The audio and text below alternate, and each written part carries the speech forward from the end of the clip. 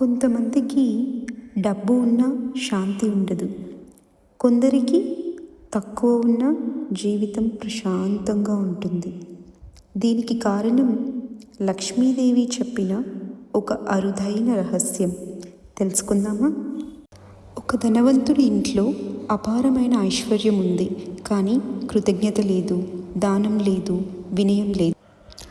లక్ష్మీదేవి నెమ్మదిగా అంది, ఇక్కడ బంగారం ఉంది, కానీ నాకు ఉండే మనసు లేదు అని ఆ ఇంటిని వదిలి వెళ్ళిపోయింది. తర్వాత లక్ష్మీదేవి ఒక చిన్న పేద ఇంటికి వెళ్ళింది. డబ్బు తక్కువ, కానీ దేవునిపై నమ్మకం ఎక్కువ. చిన్నదైనా పంచుకునే మనసు. లక్ష్మీదేవి నవ్వుతూ అంది, నాకు కావాల్సింది ధనం కాదు, నాకు నిలబడే మనసు కావాలి అని. ఆ ఇంట్లోనే నిలిచిపోయింది. కృతజ్ఞత ఉన్న చోట శాంతి ఉంటుంది. శాంతి ఉన్న ఇంట్లో దానం చేసే మనసులో లక్ష్మీదేవి తప్పకుండా ఉంటుంది. లక్ష్మీదేవి ఆశీర్వాదం మీపై ఉండుగాక. ఈ కథను పూర్తిగా విన్నవారు మీకు నచ్చితే మా ఛానల్ను సబ్స్క్రైబ్ చేయండి. ధన్యవాదాలు.